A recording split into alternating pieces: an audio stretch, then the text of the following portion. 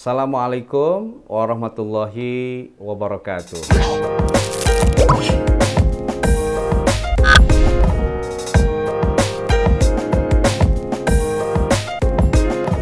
Berjumpa kembali dengan saya, Aang Ridwan, pada program Reboot. Reboot, sebuah program yang berorientasi untuk merediscovery kekayaan intelektual yang ditulis dengan lentik jemari, dituangkan gagasannya menjadi karya-karya yang monumental. Reboot adalah review buku terpopuler. Reboot, review buku terkini. Reboot, review buku terlaku.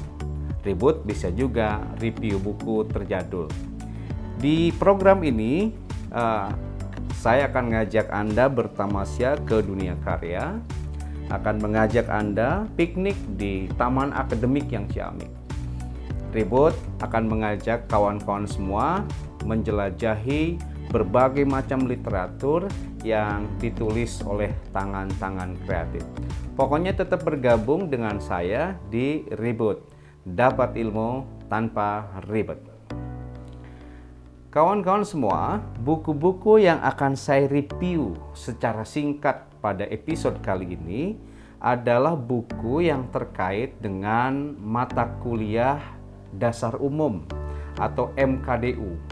Mata kuliah yang menjadi penciri Universitas Islam atau juga Sekolah Tinggi Agama Islam atau Institut Agama Islam, baik yang negeri maupun yang swasta. Ada mata kuliah PSI, Pengantar Studi Islam. Mata kuliah ini awalnya mata kuliah di Rosa Islamiyah, tetapi karena terlalu luas dan terlalu berat, dulu diganti menjadi mata kuliah Metodologi Studi Islam. Metodologi Studi Islam juga nampak masih terlalu berat untuk dikaji di level S1, maka dirubah lagi menjadi Pengantar Studi Islam. Mata kuliah Pengantar Studi Islam di antara visinya, di antara orientasinya, ingin menghantarkan setiap manusia bisa menstudi Islam dengan benar. Ya, sebab begini, kalau salah menstudi Islam, dikhawatirkan nanti akan salah dalam memahami Islam. Kalau salah dalam memahami Islam, khawatir salah dalam mengimani Islam. Bila salah dalam mengimani Islam, khawatir juga ada kesalahan dalam mengamalkan Islam.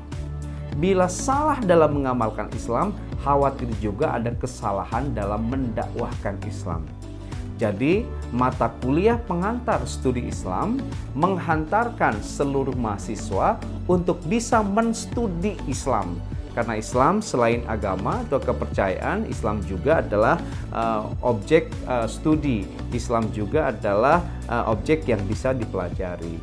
Nah, kawan-kawan semua, di hadapan saya sudah mengklasifikasi ini. Ada beberapa buku yang bisa menghantarkan kawan-kawan bisa memahami mata kuliah Pengantar Studi Islam. Di kiri saya sini, ini buku yang teks dasar, kemudian ini yang agak menengah sebagai pengembangan, dan ini sesungguhnya untuk lebih semakin memperkaya. Pertama, ini ada buku pertama yang relatif baru, judulnya Pengantar Studi Islam. Ini dikeroyok oleh 3 orang doktor muda. Ada Bu Dr. Nokrisdaya, Bu Dr. Haji Asep Iwan, dan bukan Bu Dr. Pak Dr. Haji Asep Iwan dan Pak Dr. Haji Rohmanul Aziz. Ini di buku ini sudah dipetakan apa sih wilayah kajian Pengantar Studi Islam ini, dan buku ini cenderung ensiklopedis, jadi tidak terlalu lebar dalam bahasannya. Setelah buku ini, peta tentang wilayah studi Islam dijelaskan juga dalam buku yang kedua. Ini cukup agak lama, terbitan dari Pustaka Setia. Kalau yang pertama ini terbitan Rosda Karya, ditulis oleh 3 orang juga, Profesor Dr. Rosihon Anwar, kemudian sekarang yang penulis kedua sudah jadi profesor juga, Profesor Badruzaman, kemudian Pak Saihuddin. Di buku ini juga dipetakan wilayah kajian Pengantar Studi Islam. Ditulis cukup renyah menurut saya, sangat argumentatif, dan terus terang saya tahu peta wilayah kajian Pengantar Studi Islam dari buku ini. Ya. Kemudian yang ketiga, nih masih judulnya Pengantar Studi Islam yang ditulis oleh Profesor Dr. Haji Muhammad Amin Syukur. Di buku ini juga dikaji sebagai tambahan dari buku ini. Ya, di sini dijelaskan tentang pertama konsep manusia dan agama itu seperti apa. Kemudian bicara persoalan akidah Islam, bicara persoalan ibadah, bicara persoalan muamalah. Ini saya kira untuk kawan-kawan yang kuliah di S1 bisa menjadi teks dasar. Ini buku di level yang pertama, penting oleh kawan-kawan dikuasai. Kawan-kawan harus memiliki 3 buku ini. Nah, kajian kita tentang pengantar studi Islam akan semakin dalam jika diperkaya oleh buku pada level yang kedua menurut saya. Ini ada buku dari Pak Dr. Lukman S. Tahir. Saya insya Allah sudah beres baca buku ini, Studi Islam Interdisipliner. Ya. Nah, ini lebih melihat pada pendekatan filosofis, pendekatan sosiologis, dan pendekatan historis pada saat mengkaji Islam. Ya.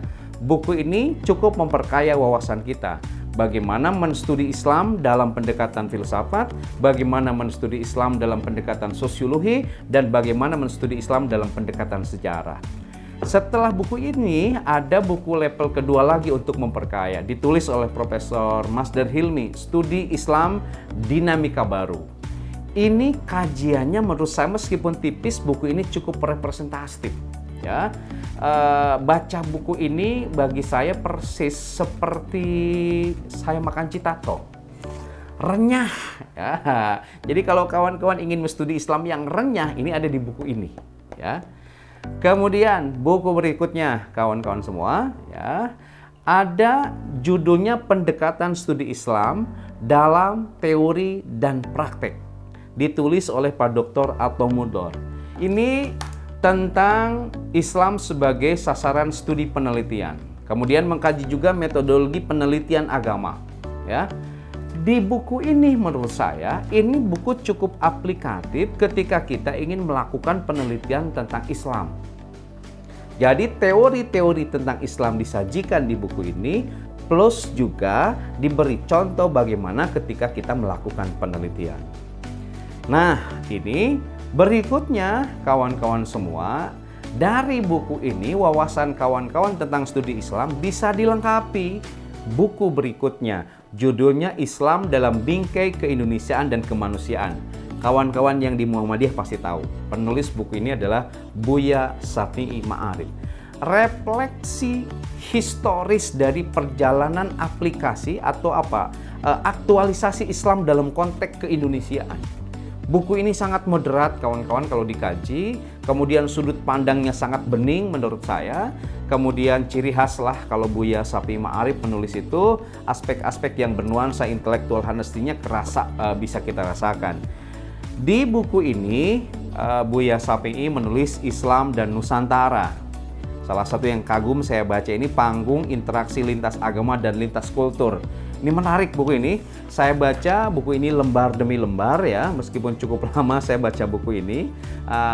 Tetapi akhirnya saya mendapatkan potret tentang Islam yang menarik di Indonesia dari buku ini.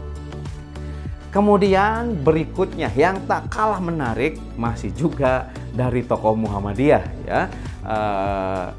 Paradigma Islam, interpretasi untuk aksi. Kawan-kawan semua, dulu saya punya buku dalam cetakan awalnya. Kalau seingat warna saya warna merah yang diterbitkan Mizan, lebih tipis. Tapi sekarang dibuat dalam bentuk hardcover. Buku ini bestseller luar biasa. Penulisnya adalah Pak Kunto Wijoyo, dosen UGM. Saya tertarik dengan pemikiran Kunto Wijoyo. Makanya dulu tesis S2 saya judulnya Dimensi-Dimensi Sufistik dalam karya sastra Kunto Wijoyo. Beliau ini kan agak unik, orang Muhammadiyah yang konon Muhammadiyah belum menerima tasawuf, tapi beliau nulis sastranya nuansanya tasawuf. Makrifat, daun-daun makrifat. Kan itu makrifat term di tasawuf. Maka seluruh karya sastra Kunto Wijoyo dulu saya teliti, dan diantaranya kawan-kawan semua, pola pikir Kunto Wijoyo tentang Islam gitu, yang terkenal diantaranya misalnya sesuatunya nuansa profetik, ilmu sosial profetik. Nah, kawan-kawan bisa mengenal Islam, aktualisasi Islam yang lebih ciamik pada buku ini. ya. Maka kawan-kawan yang belajar PSI dengan saya itu wajib memiliki buku ini, wajib dibaca buku ini. Oke, ini di antara buku yang levelnya menengah lah ya. Setelah buku-buku yang memetakan tadi, 3 buku yang pertama ini memetakan wilayah kajian pengantar studi Islam. Buku ini memperkaya wawasan kawan-kawan tentang Islam. Dan buku yang ketiga ini untuk semakin mempertajam ketika kawan-kawan ingin melakukan studi Islam lebih dalam lagi. Bukan sekedar pengantar. Ini ada buku judulnya Studi Islam Perspektif Insider dan Outsider. Jadi Islam dilihat dalam pendekatan multi perspektif. Ini tokoh-tokoh dunia, para cendekiawan di dunia melihat Islam dari berbagai macam sudut pandang. Dan luar biasa, kita bisa menemukan kebesaran dan keagungan Islam dari buku-buku ini. Jadi tokoh-tokoh besar yang mengkaji tentang Islam dari banyak sudut pandangnya. Misalnya saya ambil saja salah satu di sini ya. Apa yang dikaji itu misalnya seperti Islam dan hak asasi manusia. Kemudian Islam progresif dan ijtihad progresif misalnya. Penulisnya macam-macam ya, penulisnya dari outsider semua, dari orang luar Islam melihat Islam. Dengan kejujuran intelektualnya mereka membuka cakrawala tentang Islam. Ini sepertinya kawan-kawan S2 yang pas, tapi nggak masalah, kawan-kawan S1 untuk baca buku ini. Nah, lalu untuk semakin menajamkan pendekatan apa yang bisa kita lakukan untuk menstudi Islam, kawan-kawan bisa dipandu dengan buku ini ya, Aneka Pendekatan Studi Agama, yang nulisnya orang luar. Buku ini dihantarkan oleh seorang ahli perbandingan agama, Ninian Smart. Nah, di buku ini berbicara tentang ragam pendekatan dalam studi agama. Pendekatan apa saja misalnya yang bisa kita lakukan dalam studi agama dibahas di buku ini. Di antaranya ada pendekatan antropologis, ada pendekatan feminis, ada pendekatan fenomenologis, ada pendekatan filosofis, pendekatan sosiologis, dan pendekatan teologis untuk menstudi agama. Pokoknya bila kawan-kawan butuh pisau analisis untuk studi agama, jawabannya ada di buku ini. Ya, jadi kawan-kawan semua, Ribut pada episode kali ini memberikan informasi pada kawan-kawan tentang buku apa yang harus dimiliki ketika kawan-kawan ingin mengkaji mata kuliah pengantar studi Islam. Kawan-kawan semua, sekali lagi, mata kuliah pengantar studi Islam sangat penting sebab mata kuliah itu menghantarkan kawan-kawan bagaimana cara menstudi Islam yang benar. Khawatir bila ada kesalahan dalam menstudi Islam, salah dalam memahami Islam, salah memahami Islam, khawatir salah juga dalam mengimani Islam, salah mengimani Islam, khawatir salah dalam mengamalkan Islam. Kalau salah mengamalkan Islam bisa diprediksi nanti Islam yang didakwahkan juga salah. Oke, mudah-mudahan Ribut episode kali ini bisa menghantarkan kawan-kawan untuk memiliki buku apa saja yang harus dibaca ketika kawan-kawan kuliah pengantar studi Islam. Itu saja yang bisa saya sampaikan.